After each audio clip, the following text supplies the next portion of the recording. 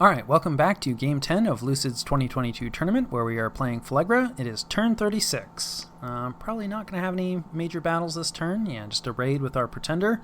We didn't get jumped on, which is nice.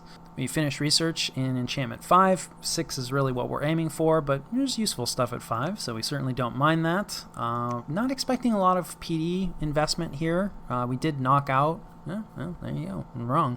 Yeah, Utgard really investing a ton in province defense, which is really interesting. You know, and a lot of people really frown on this level of investment. Though, you know, definitely in this war, Utgard has caught me, out of position, if you will. Just it was unexpected. So we've taken some losses, right, to this kind of level of PD. So, and you know, the fact that looks like they're gonna fight. We would have to fight a major battle with a ton of province defense on their side. That's a serious factor. So, you know, people are maybe a little too dismissive of province defense sometimes. On the other hand, I do think we're about to see a situation where, you know, this is a lot of gold investment, and it's just really not going to work out. So, like, this is kind of the classic problem with investing really heavily in province defense. So, yeah, kind of surprised that Utgard reinvested this heavily.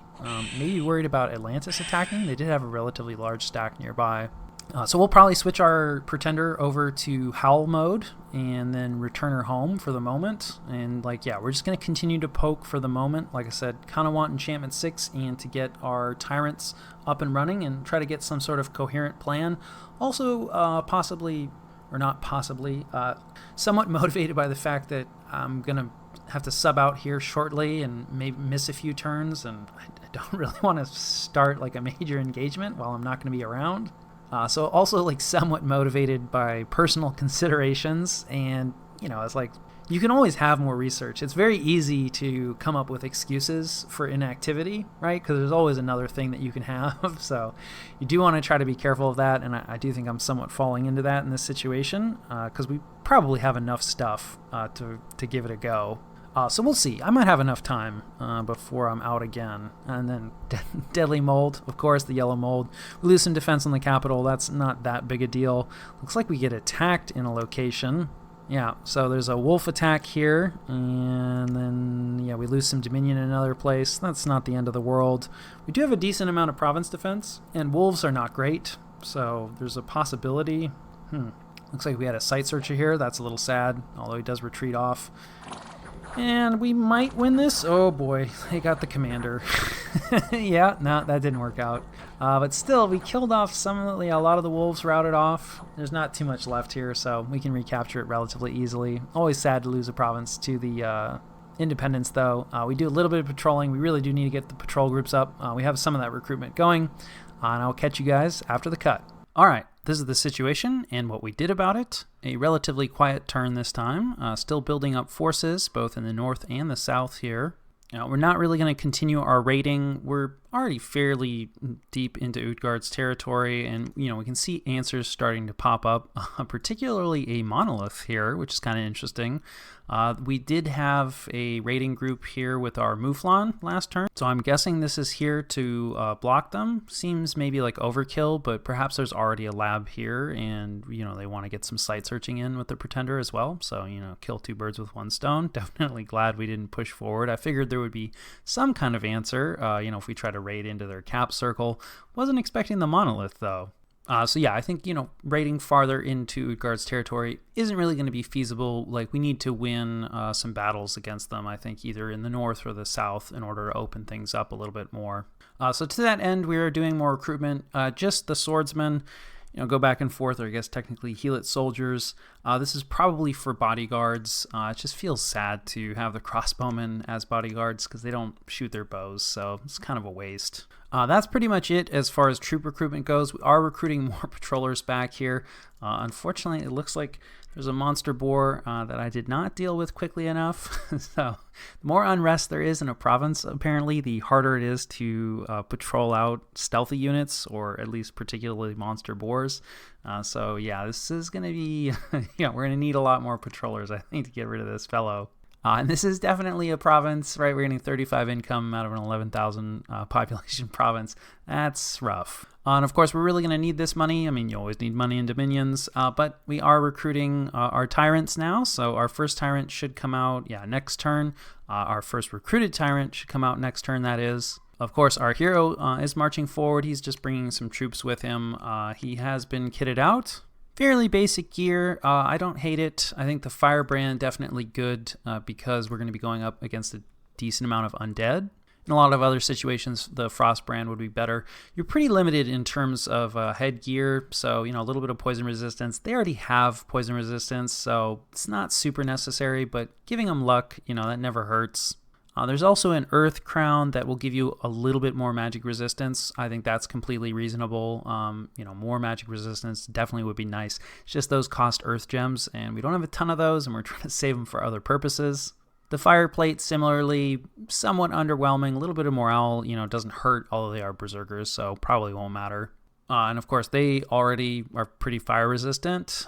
So, I think this is more just because we had it on hand, and fire gems is a cheap gem type for us to utilize. Amulet of Anti-Magic, I think definitely pretty essential. Definitely depends on who you're going up against, but attacking their magic resistance, I think, is a very common way to try to deal with these guys. So, you better have a good reason to not move out with something like this. And of course, ring regeneration, always excellent on high hit point units. The shield is perhaps a little questionable. I know a lot of people don't really like the Shield of Valor all that much. It is 10 gems. Air shield isn't great, although in late age there are a lot of crossbows running around.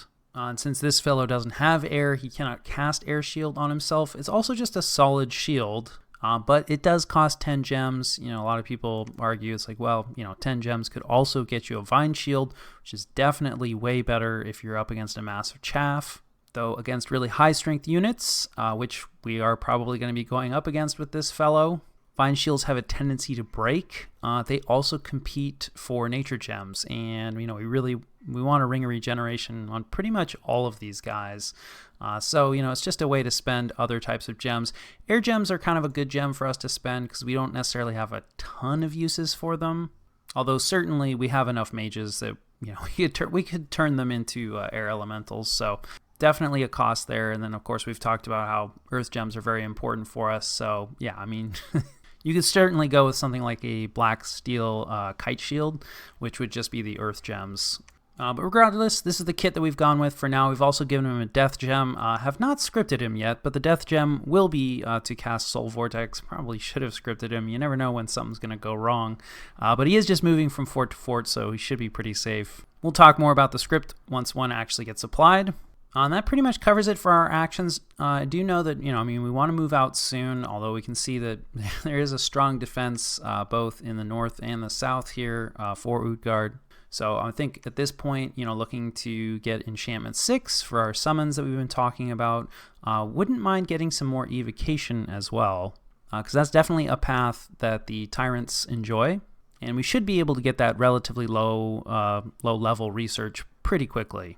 So hopefully once those are in place, we'll move out. In terms of what other people are up to, I don't think we've seen anything, hugely changed. Vedheim is still sieging this last Gath fort. You can see they've brought in some of their giants for extra siege strength. Marignon is just hanging out, patrolled out some scouts. We're still not really sure what Ulm is up to. And then as far as the Vedheim Mictlan War is going, Vedheim does have like some deeper raids here, but overall Mictlan looks like they're fine, so it doesn't really look like either of them are winning the war. It kind of looks back and forth, though we don't have great sight on it. And since it is the start of a new Dominions year, it's time for a tour of the F-keys. So we currently have 25 provinces, which isn't awful, though I do feel like it's a little bit inflated because, we've just happened to raid somewhat deeply into Utgard's territory, but I don't think we can really hold some of that territory. So, we're probably going to be losing like 2 to 3 provinces in the next couple turns. Assuming we can win an engagement against them, we should be able to bounce back relatively quickly. But yeah, I do think the province count's a little bit inflated. It's also not in a fantastic place. It's not terrible for this point in the game, but especially the fact that we're still missing a second capital, is not ideal. Our site searching is in a pretty decent spot. You can see that we've searched like most of the paths that we have easy access to in most of our provinces, right? You know, a couple of these provinces are ones that we've just picked up from Utgard, so no point really in searching them since probably not going to hold them.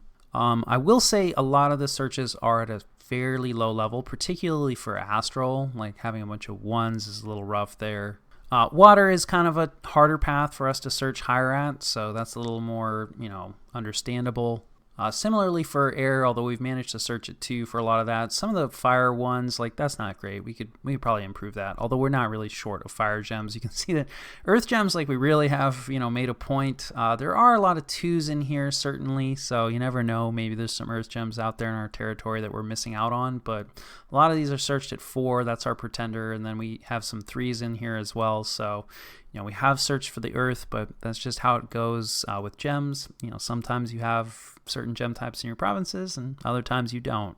Nature, of course, we haven't really searched, you know, super effectively at, although our pretender has done a lot of site searching. So, you know, we actually have done a decent amount of nature site searching. We will hopefully get some death site searching in relatively soon with our tyrants, but again, site searching with the tyrants is pretty painful. All right, on to the graphs. Yeah, you can see that, you know, this war just hasn't really been great with Utgard. You know, we've stagnated for quite a while here. It's like, yeah, sometimes we're up, but then we're down, we're up, you know, so this is not a great look. And I think definitely highlights that this is not the best war. Though we've talked at length about, well, you know, what would be the alternative. Forts, at least, you know, have gone in the correct direction. We haven't lost any forts, so that's always nice. Income, of course, you know, we have some drops here. That's just built into the nation. There's really no way around that. Probably a few of these drops are, you know, when we lost some provinces as well, but definitely some of this is because our capital exploded. Gem income, of course, we cannot blame on the nation, so these drops are, you know, where we're losing territory, but again, just sort of follows the back and forth nature of the province graph. Research graph definitely moving in the right direction. We are forging lightless lanterns. So this will hopefully start to pick up a lot in the next couple turns, but you know, you can definitely see like moments where a lot of mages got mobilized, and always just highlights that when you bring a lot of mages out of the lab, you know, it is painful. It's going to hurt you in the long run. Though I do think it is better to bring them out and use them than to leave them at home and then lose the battles and then probably lose the game. Still, always important to remember the lost research. Dominion graph, usually not too interesting. Like, yeah, it's okay. It's headed in the right direction, right? We're not like losing out. We're not having our Dominion pushed a bunch. That's the main thing you want to keep an eye on. Army size, mostly moving in the correct direction, with one major exception. So, you know, it was a painful loss. But otherwise, like, you know, it's not too hard for Phlegra to recover other than the resource situation. So, you know, I think having some drops in your army size graph as Phlegra is probably expected. So just make sure you have the forts with the resources in order to recover from those drops. Ascension points, Ulm is actually technically in the lead right now. And I guess, you know, by ascension points, we are actually in second. So hooray. I feel like it is far too early for this to really matter, and you know, all the other stuff I think matters a little bit more, but it's never a bad thing to have thrones, so definitely happy to have some in our possession. Heroes have not actually shifted all that much. We still have a lot of dead elves up here, so there haven't really been a ton of replacements. I think last time we looked at this, there were quite a few of Ulm's units out here. Some of them have died, but some of these heroes are still alive, so Ulm, I think, definitely leaning into thugging these fellows out.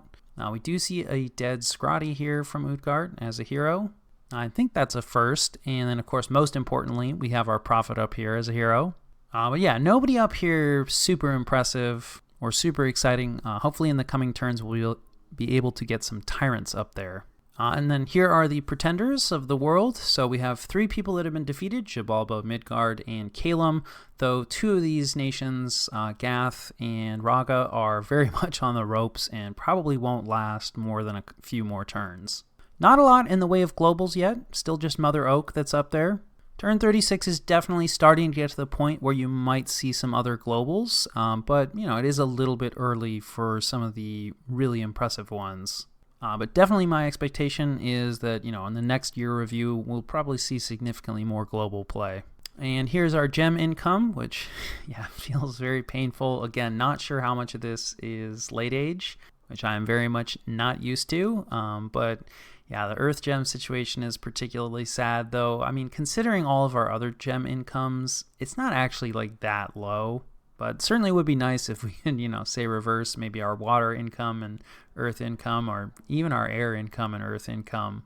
We probably won't see this change all that much because, again, we've done quite a bit of site searching. So unless we take other people's territory, I don't really foresee this going up all that much, with the notable exception of the death gems, right? We haven't really done any searching for that, so hopefully with our tyrants, we'll improve that number.